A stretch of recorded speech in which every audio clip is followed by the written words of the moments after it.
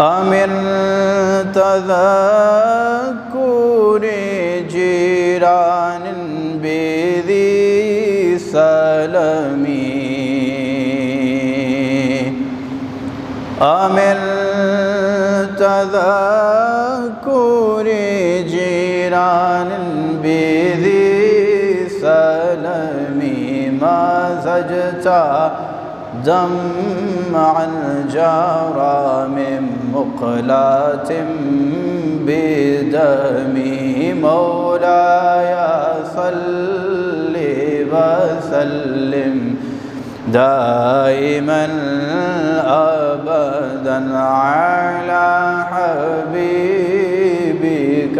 خير الخلق كلهم وإن من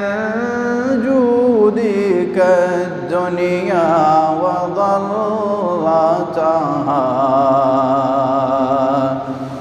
وإن من جودك الدنيا وضرتها ومن علومك علم اللوح والقلم مولاي صل وسلم دائما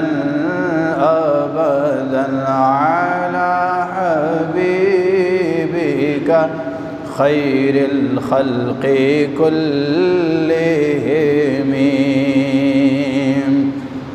يا أكرم الخلق ما لي من ألوذ به يا أكرم الخلق ما لي من ألوذ به سواك عند حلول الحادث العمم مولاي صل وسلم دائما أبدا على حبيبك خير الخلق كلهم اللہ تبارک و تعالی جل وعلا کی حمد و ثنا اور حضور نبی اکرم صلی اللہ علیہ وسلم کی بارگاہ میں ہدیہ درود و سلام پیش کرنے کے بعد میرے نہایت ہی واجب الاحترام ذوی الاحتشام بزرگوں دوستوں بھائیوں السلام علیکم ورحمۃ اللہ وبرکاتہ۔ ہم نبی پاک صلی اللہ علیہ وسلم سے محبت کرتے ہیں اور یہ ہمارے ایمان کی اصل بلکہ ایمان کی جان ہے، اور اسی پر ہم گفتگو کر رہے تھے۔ علامات محبت رسول میں سے ایک علامت درود پاک کی کثرت کرنا ہے۔ حضرت امام محمد بن سلیمان الجزولی رحمۃ اللہ تعالی علیہ انہوں نے دلائل الخیرات لکھی ہے۔ دلائل الخیرات یہ ایک ایسی کتاب ہے کہ جو درود سے شروع ہوتی ہے اور درود پر ہی ختم ہو جاتی ہے، یعنی اس کتاب کے اندر درود پاک ہی درود پاک ہے، اور درود پاک کو مختلف چیپٹرز اور ابواب میں تقسیم کیا گیا ہے۔ امام محمد بن سلیمان الجزولی رحمۃ اللہ تعالی علیہ سے کسی نے پوچھا کہ آپ نے یہ کتاب لکھی ہے، اس میں درود ہی درود ہے، تو اس کے لکھنے کی وجہ کیا ہے؟ امام جزولی رحمۃ اللہ تعالی علیہ نے اس کی وجہ اسی کتاب کے مقدمے کے اندر ایک واقعے کی صورت میں لکھی، اور کہا کہ اصل میں کہیں جا رہا تھا ایک مرتبہ جنگل میں، مجھے پانی کی ضرورت پڑی، وضو کے لیے پانی نہیں تھا، میں نے اچانک دیکھا کہ ایک کنواں ہے اور کنویں سے متصل ایک کچا مکان ہے، اور کنویں میں دیکھا پانی تو ہے لیکن پانی نکالنے کے لیے رسی اور ڈول نہیں ہے۔ کہنے لگے میں ادھر ادھر دیکھنے لگا، اچانک میری نظر پڑی کہ قریب موجود مکان کی چھت پر ایک 6-7 سال کی بچی کھیل رہی ہے۔ اس بچی نے مجھے دیکھا تو بڑی متعجب ہوئی اور مجھ سے کہنے لگی من انتا، تو کون ہے؟ تو میں نے اسے جواب دیا کہ انا محمد بن سلیمان الجزولی، میرا نام محمد بن سلیمان الجزولی ہے۔ کہتے ہیں وہ بچی مجھے دیکھ کر ہنس پڑی اور کہنے لگی کہ انت الذی یثنی علیک الخیر، کیا آپ وہ ہیں کہ جن کے نیک ہونے، جن کی پارسائی اور جن کے زہد و تقوی اور علم کے ڈنکے مصر میں بجتے ہیں؟ یعنی آپ اتنی مشہور و معروف شخصیت، آپ تو اللہ کے ولی مشہور ہیں۔ تو کہنے لگے کہ میں نے اس بچی کو کہا کہ یہ تو اللہ کی مہربانی ہے، ٹھیک ہے، لیکن میں اس وجہ سے پریشان ہوں کہ کنویں میں پانی تو موجود ہے لیکن ڈول اور رسی نہیں ہے۔ تو وہ بچی کہنے لگی کہ میں اسی وجہ سے آپ کو دیکھ کے مسکرائی ہوں کہ آپ اتنے اللہ کے نیک بندے اور کنویں سے پانی نکالنے کے لیے ڈول اور رسی کے محتاج ہیں، پریشان ہیں کہ ڈول اور رسی ہو تو میں پانی نکالوں۔ یہ کہنے لگے کہ میں نے اس بچی سے کہا بیٹا شاید آپ میری بات سمجھی نہیں ہے، میں اب کنویں سے پانی ظاہر نکالوں گا تو مجھے کچھ چیز تو ضرورت ہے نا پانی نکالنے کے لیے۔ تو کہنے لگے کہ وہ چھوٹی سی بچی تھی، وہ بولتی تھی تو اس کے منہ سے پھول جھڑتے تھے۔ تو اس بچی نے مجھے کہا کہ چچا میں آپ کو بتاتی ہوں کہ کنویں سے پانی کیسے نکالا جاتا ہے۔ وہ بچی اپنے مکان کی چھت سے آگے جھکی اور اس نے کنویں کے اندر تھوک دیا۔ امام جزولی رحمۃ اللہ تعالی علیہ کہتے ہیں کہ اللہ تبارک و تعالیٰ کی قسم مجھے یہ نہ پتہ چلا کہ اس بچی کا تھوک کنویں میں پہلے گیا یا پانی کنویں کا ابل کر پہلے باہر آیا۔ یعنی اس بچی کے تھوک کے اندر اتنی تاثیر تھی کہ اس نے کنویں کے پانی کے اندر ہلچل پیدا کر دی۔ یہ کہتے ہیں مجھے وضو تو بھول گیا، میں نے اس بچی کی طرف دیکھا اور کہنے لگا کہ اقسمک باللہ بما نلت ہذہ المنزلہ، میں تجھے اللہ کی قسم دیتا ہوں کہ مجھے بتا تجھے اللہ نے یہ مقام کیسے عطا فرمایا۔ اتنی چھوٹی سی عمر میں تو نے کنویں کے اندر تھوکا، تیرے تھوک کے چند قطروں نے کنویں کے پانی کے اندر ہلچل پیدا کر دی اور پانی ابل کر باہر آ گیا۔ تو اس بچی نے کہا کہ اس تاثیر کی وجہ یہ ہے بکثرت الصلاۃ علی النبی صلی اللہ علیہ وسلم، کہ آپ میری اس عمر کو دیکھ رہے ہیں اور آپ دیکھ رہے ہیں کہ میرے کھیلنے کی عمر ہے، مجھے یہ نہ دیکھے کہ میں مٹی کے ساتھ کھیل رہی ہوں، بلکہ میرا ہاتھ کارول اور دل یارول ہے۔ کہتے ہیں نا ہاتھ کارول دل، کہتی ہے کہ ہاتھ سے میں بظاہر کھیل رہی ہوں لیکن میرا دل اور میری زبان میرے محبوب کی شان کے نغمے الاپ رہے ہیں، اور میں اپنے محبوب پر ہر وقت درود پاک کی پڑھتی رہتی ہوں۔ اس عنوان سے ہم کافی گفتگو کر چکے ہیں، ایک دفعہ پھر میں اس کو ریپیٹ کر دیتا ہوں کہ ہم سب اگر چاہتے ہیں کہ دنیا و آخرت میں ہمیں بے شمار برکتیں ملیں، بے شمار سعادتیں اللہ تبارک و تعالی ہمیں عطا فرمائے، ہماری زندگی کی ساری پریشانیاں اللہ تبارک و تعالی حل فرمائے، اور جب اللہ تبارک و تعالی کی بارگاہ میں اور آپ حاضر ہوں تو اللہ تبارک و تعالی ہم سے راضی ہو، قیامت کے روز نبی پاک صلی اللہ علیہ وسلم کی شفاعت ہمیں نصیب ہو، جب ہم رسول اللہ صلی اللہ علیہ وسلم کے حوض کوثر پر جائیں تو نبی پاک صلی اللہ علیہ وسلم ہمیں دیکھ کر پہچان جائیں اور اپنے پیارے پیارے ہاتھوں سے آب کوثر کے جام بھر بھر کر پلائیں۔ پل صراط پر اللہ تبارک و تعالی ہمیں ثابت قدمی عطا فرمائے، میزان عمل پر ہمیں کامیابی مل جائے، تو دیگر فرائض و واجبات کے ساتھ اگر ہم درود پاک کی کثرت کرنے کے عادی بن جائیں گے تو یہ ساری سعادتیں اللہ تبارک و تعالی کی رحمت سے امید ہے کہ وہ ہمیں عطا فرمائے گا۔ اور اس کے لیے صرف 313 مرتبہ، یعنی یہ علماء نے ایک فگر بیان کیا ہے کہ 313 سے مراد یہ ہے کہ یہ ایک کثرت کا ہندسہ ہے، آپ روزانہ گن کر کم از کم 313 مرتبہ درود پاک پڑھ لیا کریں، کوئی ایک وقت مقرر کریں، جس طرح ہم نے اپنی زندگی کے دیگر کاموں کے لیے ایک شیڈیول اور ایک جدول بنایا ہوا ہے، اسی طرح اپنے شیڈیول کے اندر درود پاک کو شامل کریں اور روزانہ گن کر کم از کم 313 مرتبہ درود پاک پڑھ لیا کریں، تو اللہ تبارک و تعالیٰ کی بے شمار برکتیں ہم پر نازل ہوں گی۔ تو ایک نشانی یہ بیان کی گئی کہ درود پاک کی کثرت کرنا۔ اس کے علاوہ محبت رسول کی دیگر اور کئی نشانیاں ہیں، اور خاص طور پر یہاں ہم اس بات کو ذکر کریں گے کہ درود پاک کے ساتھ ساتھ محبت رسول کی ایک نشانی یہ ہے کہ جو بندہ یہ کہ میں عاشق رسول ہوں یا میں اپنے نبی پاک صلی اللہ علیہ وسلم سے محبت کرتا ہوں، تو اس کے لیے ضروری ہے کہ وہ 5 وقت کی نماز ادا کرتا ہو۔ یہ درود پاک سے بھی ضروری جو موسٹ امپورٹنٹ چیز ہے وہ میں آپ کو بیان کر رہا ہوں۔ یعنی اگر ایک بندہ نماز کی پابندی نہیں کرتا، یا اگر میں اس کو تھوڑا سا کھل کر بیان کروں کہ اگر آپ میلاد شریف کی خوشی مناتے ہیں، جلوس کا اہتمام کرتے ہیں، بڑی بڑی محافل کا اہتمام کرتے ہیں، تو اس کی برکتیں اپنی جگہ، لیکن اگر ساتھ میں آپ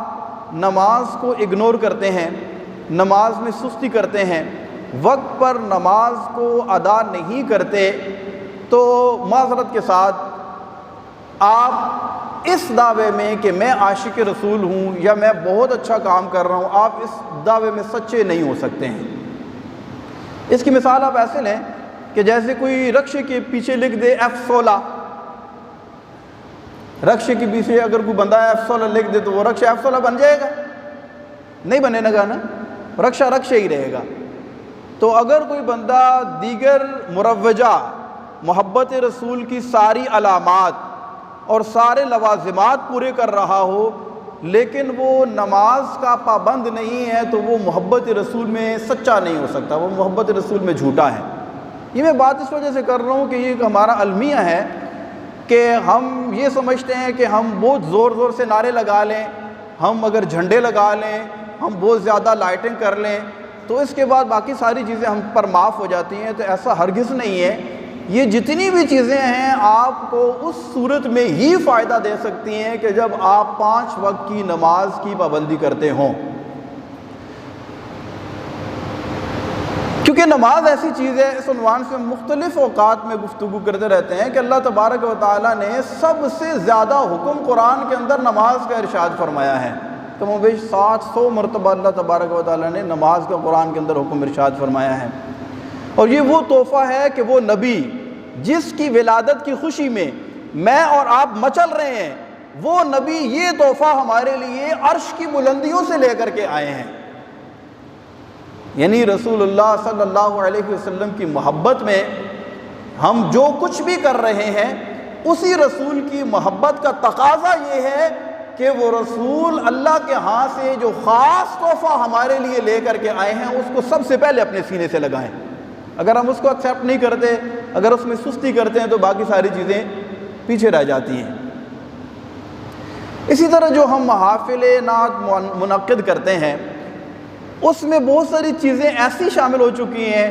کہ جس کا ہماری شریعت اور نبی پاک صلی اللہ علیہ وسلم کی تعلیمات سے کوئی دور دور تک لینا دینا نہیں ہے۔ اب ایسے لوگوں کو اگر سمجھائیں تو وہ سمجھنے کے لیے بھی تیار نہیں ہیں۔ مثال کے طور پر میں آپ کو اس کی چند مثالیں دیتا ہوں۔ وہ کہتے ہیں نا، اپنے بھی خفا مجھ سے ہیں، بے گانے بھی نہ خوش، میں زہر حلاحل کو کبھی کہہ نہ سکا کند، بات وہی کرتا ہوں سمجھتا ہوں جسے حق، نہ ابلائی مسجد ہوں نہ تہذیب کا فرزند۔ تو میری یہ ذمہ داری ہے کہ میں حق بات آپ تک پہنچاؤں۔ جیسے مثال کے طور پر آپ ایک محفل نعت کا انعقاد کر کے بڑی خوشی کا اظہار کر رہے ہیں، لیکن ساتھ میں آپ نے اپنے ساؤنڈ کی آواز اتنی بلند کر رکھی ہے کہ ارد گرد کے لوگ ڈسٹرب ہو رہے ہیں۔ مثال کے طور پر آپ کے پڑوس میں کوئی بزرگ ہیں جن کو 4 دن سے نیند ہی نہیں آئی، اب وہ نیند کی گولی کھا کے بمشکل ان کی آنکھ لگی ہے کہ ادھر سے آپ کے ساؤنڈ نے ان کے نیند اور ان کے چین کا بیڑا غرق کر کے رکھ دیا ہے۔ اب وہ بیچارے ساری رات کروٹیں بدلتے ہوئے انہوں نے گزاری۔ تو میں یہ سمجھتا ہوں، میری ایک رائے ہے اور میرے خیال ہے کہ ہر سمجھدار اور پڑھا لکھا بندہ میری اس بات سے اتفاق کرے گا کہ میں یہ سمجھتا ہوں کہ کسی ایک بندے، ایک بزرگ یا کسی بچے کی آنکھ بھی آپ کے ساؤنڈ کی آواز کی وجہ سے اگر کھل جاتی ہے اور وہ بے چین ہو جاتا ہے تو میں یہ سمجھتا ہوں کہ آپ کے میلاد کا کوئی فائدہ نہیں ہے۔ تو ان چیزوں کو ضرور مد نظر رکھیں۔ آپ اگر مثال کے طور پر جلوس کا اہتمام کرتے ہیں، آپ راستوں کا خیال کریں کہ کوئی راستہ بند نہ ہو، کیونکہ راستے میں رکاوٹ پیدا کرنا یہ بھی شرعی طور پر جائز نہیں ہے۔ تو میلاد کی خوشی ضرور منائیں، اس میں کوئی حرج کی بات نہیں ہے، اور یہ مستحب ہے اور اس کے کرنے سے فائدہ بھی ہوتا ہے، لیکن اس صورت میں کہ اس کے کرنے میں کوئی کسی کی حق تلفی نہ ہو رہی ہو، کسی کو تکلیف نہ ہو رہی ہو۔ کسی ایک مسلمان کو تکلیف دینا، اس کو تردد میں مبتلا کر دینا، اس کو بے چین کر دینا، اور پھر ہم ساری رات اگر مثال کے طور پر محفل کرتے بھی رہتے ہیں، تو میرے خیال میں یہ انتہائی غیر نامناسب بات ہے۔ تو ہمیں چاہیے کہ ہم اگر میلاد کے حوالے سے کسی محفل کا اہتمام کرتے بھی ہیں تو اس میں سب سے پہلے اس بات کو ضرور مد نظر رکھیں کہ جتنے لوگ ہماری محفل میں بیٹھے ہوئے ہیں، ہمارا ساؤنڈ انہی لوگوں کو کور کر رہا ہو۔ ایسا نہیں ہے کہ ہم اتنی بلند آواز سے اپنے ساؤنڈ کی آواز ہم نے اتنی لاؤڈ کر رکھی ہے کہ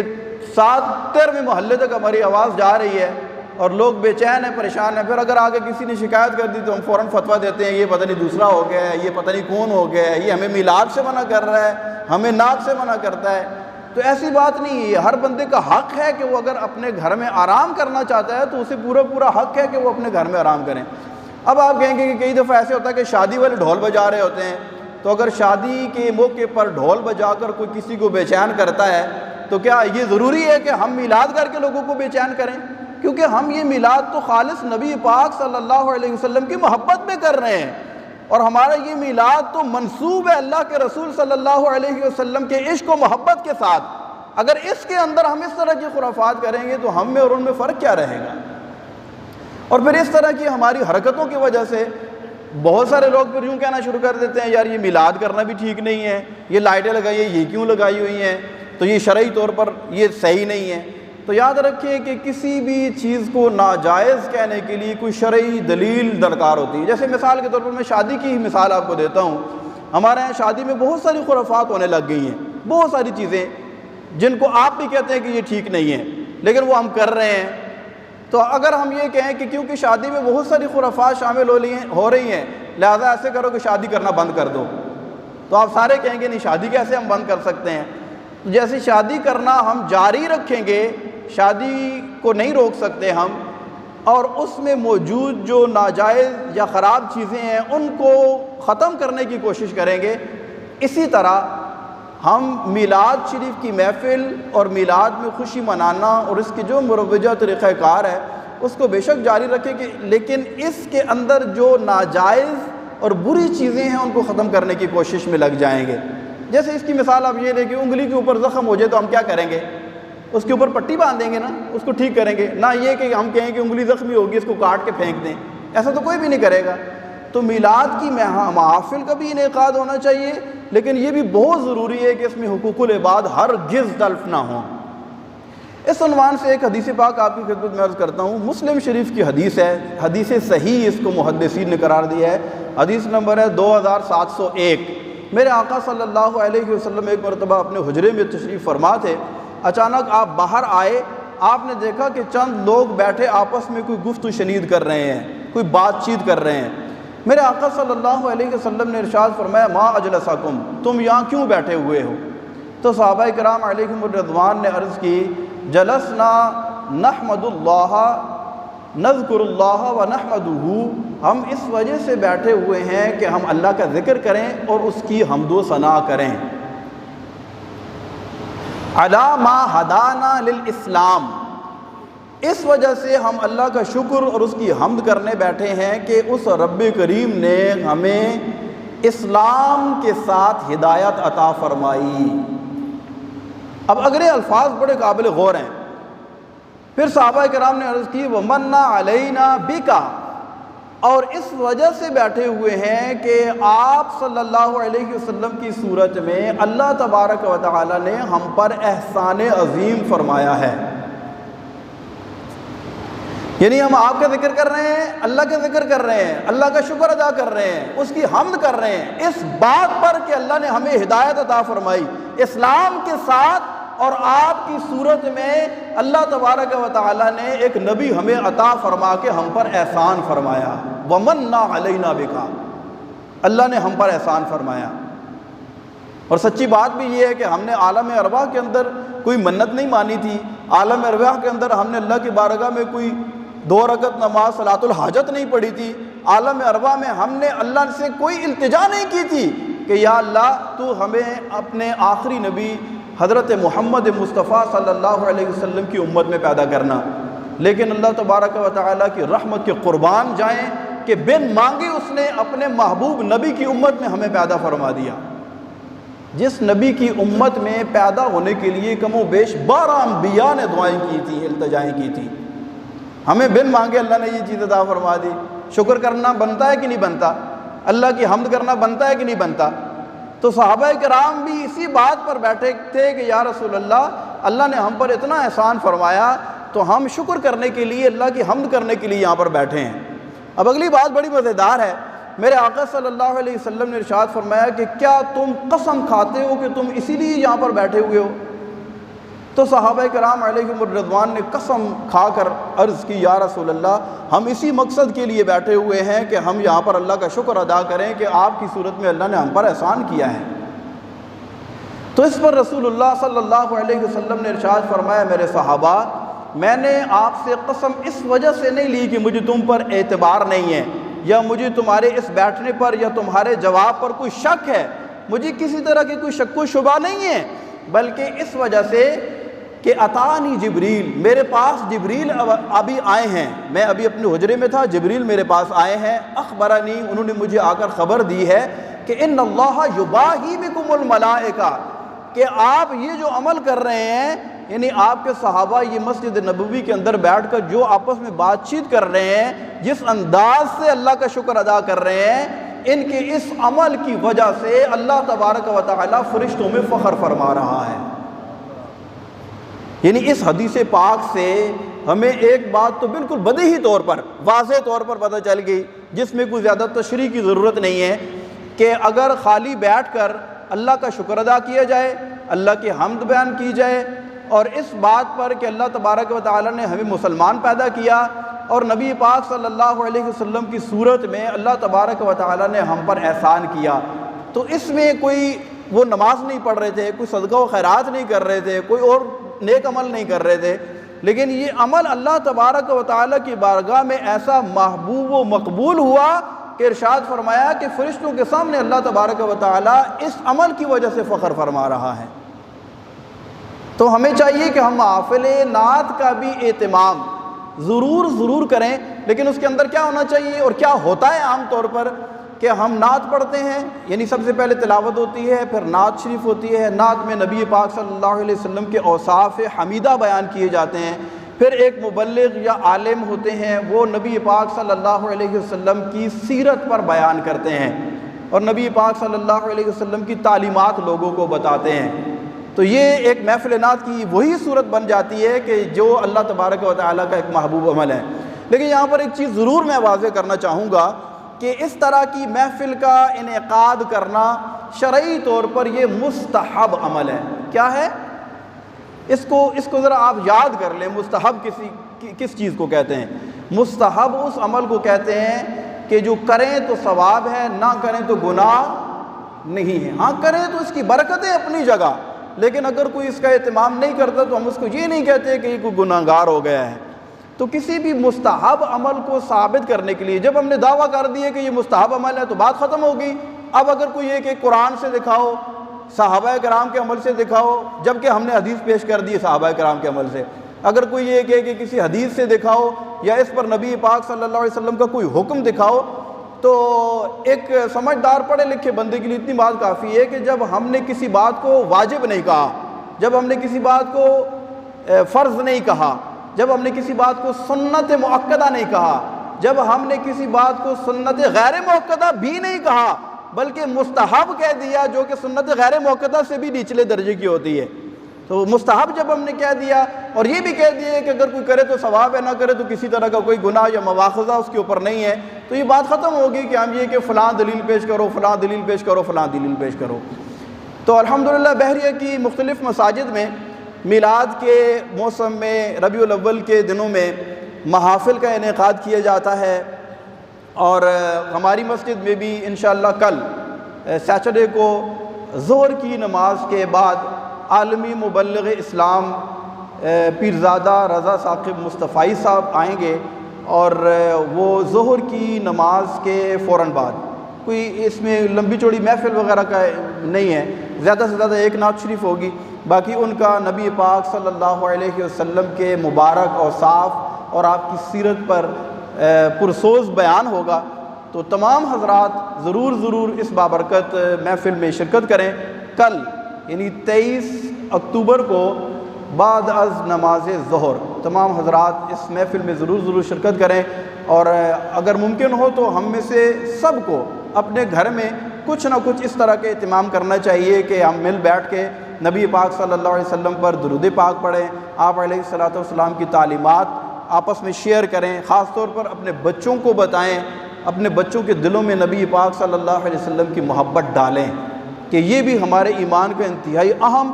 اور بہت ضروری جز اور حصہ ہے۔ وہ کہتے ہیں نا کہ محمد کی محبت